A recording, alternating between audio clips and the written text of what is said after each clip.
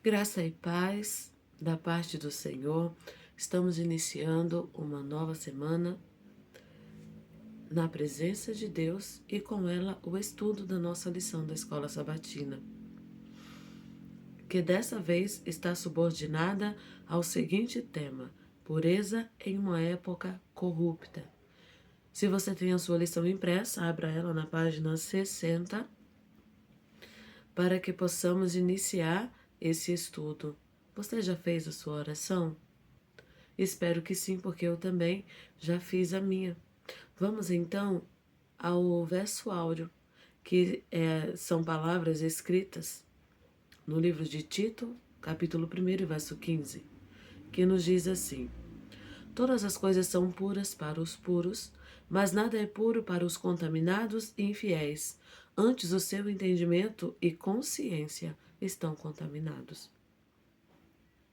No mundo em que vivemos, a impureza reina.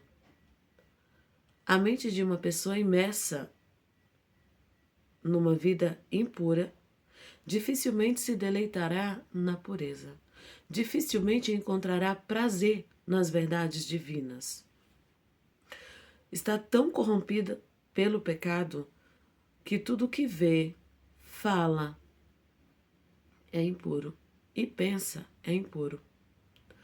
O Espírito Santo pouco acesso consegue à mente de uma pessoa assim. E era justamente isso que Paulo queria dizer quando escreveu a Tito, nas palavras do verso que acabamos de ler. Se desejamos ver a Deus, se desejamos entender as mensagens divinas, se desejamos que o Espírito Santo nos alcance, temos que vigiar o que lemos, o que ouvimos, o que pensamos, enfim, todas as avenidas da alma. Nós precisamos estar atentos àquilo que entra para que a nossa mente não seja carregada de impurezas e não haja lugar, não haja espaço para o Espírito Santo trabalhar. No pensamento central há um importante conselho.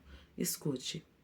Poderíamos evitar muitos males se fôssemos cautelosos, reservados e evitássemos liberdades indevidas, recusando atenções inadequadas, mantendo assim um elevado padrão moral e um comportamento digno. A nossa postura, ela diz muito a nosso respeito. Existe um pensamento popular que diz que nós não devemos julgar o livro pela capa. Mas a palavra do Senhor, ela é muito clara em dizer que pelos frutos a gente conhece a árvore, né? Precisamos ser vigilantes, pois a questão moral é um ponto muito sensível e perigoso. Vamos então para o estudo dos tópicos. No de hoje, o tema é vigiando nossa atitude. Na pergunta A, lemos assim: como Deus puniu a irmã de Moisés por inveja e como isso também é uma advertência para hoje. Vocês lembram do que aconteceu com Miriam e Arão? Eles estavam murmurando contra Moisés, na verdade estavam com inveja de Moisés, porque Deus só falava com Moisés. E eles começaram a questionar, mas por que só pode ser com Moisés? Por que não nós?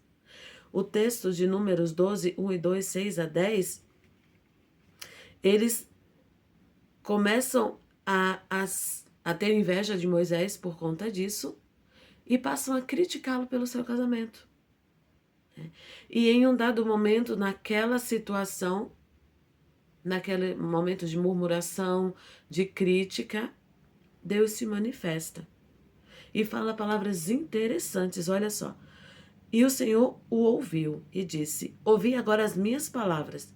Se entre vós houver profeta, eu, o Senhor, em visão me farei conhecer a ele, ou em sonhos.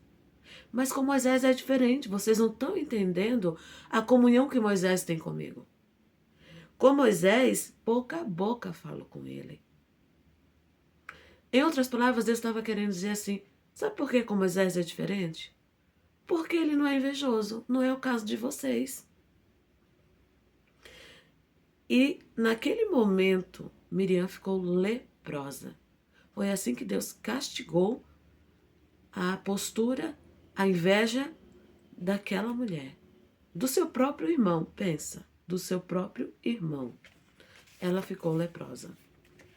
No decorrer da história, nós vemos que há um momento de intercessão, perdão, cura, mas naquele momento foi assim que Deus puniu a Miriam. A nota dá algumas declarações acerca da inveja. Olha só. A inveja é uma das características mais satânicas do coração humano e uma das mais nocivas em seus efeitos.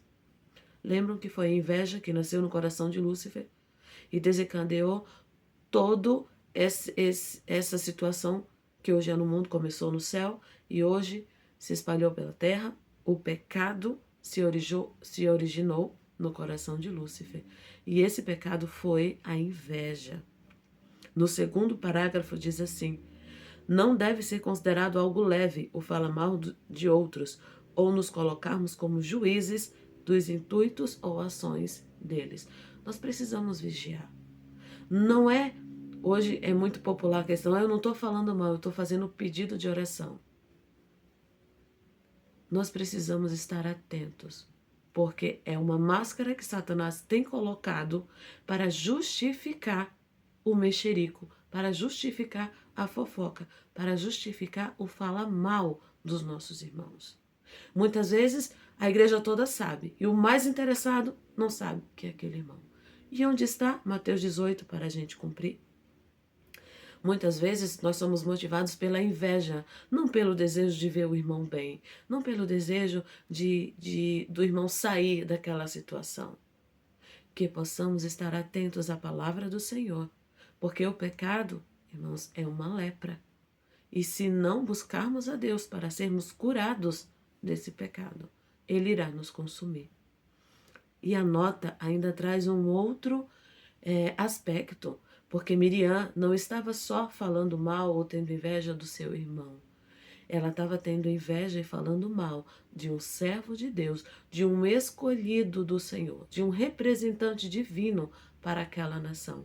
E nós também precisamos estar atentos àquilo que a gente faz, fala e julga dos servos ministros do Senhor, escolhidos por Deus. Sabemos que o homem falha, mas quando a falha é do ministério, quando a falha é do ungido do Senhor, ele vai se ver diretamente com Deus. Nós não temos que participar dessas críticas, desse falar mal. Se queremos ajudar, vamos orar e buscar essa pessoa. O final da nota diz assim: a Bíblia nos ensina especialmente a estar atentos para não acusarmos de motivo leviano aqueles a quem Deus chamou para agir como seus embaixadores. Não cabe a nós julgarmos A ou B. E no que diz respeito à liderança, como eu já falei, eles darão contas diretamente a Deus. Que venhamos a estar atentos ao pecado da inveja, para não sermos consumidos por ele. Que o Senhor nos abençoe e amanhã nós continuaremos o nosso estudo. Fiquem com Deus.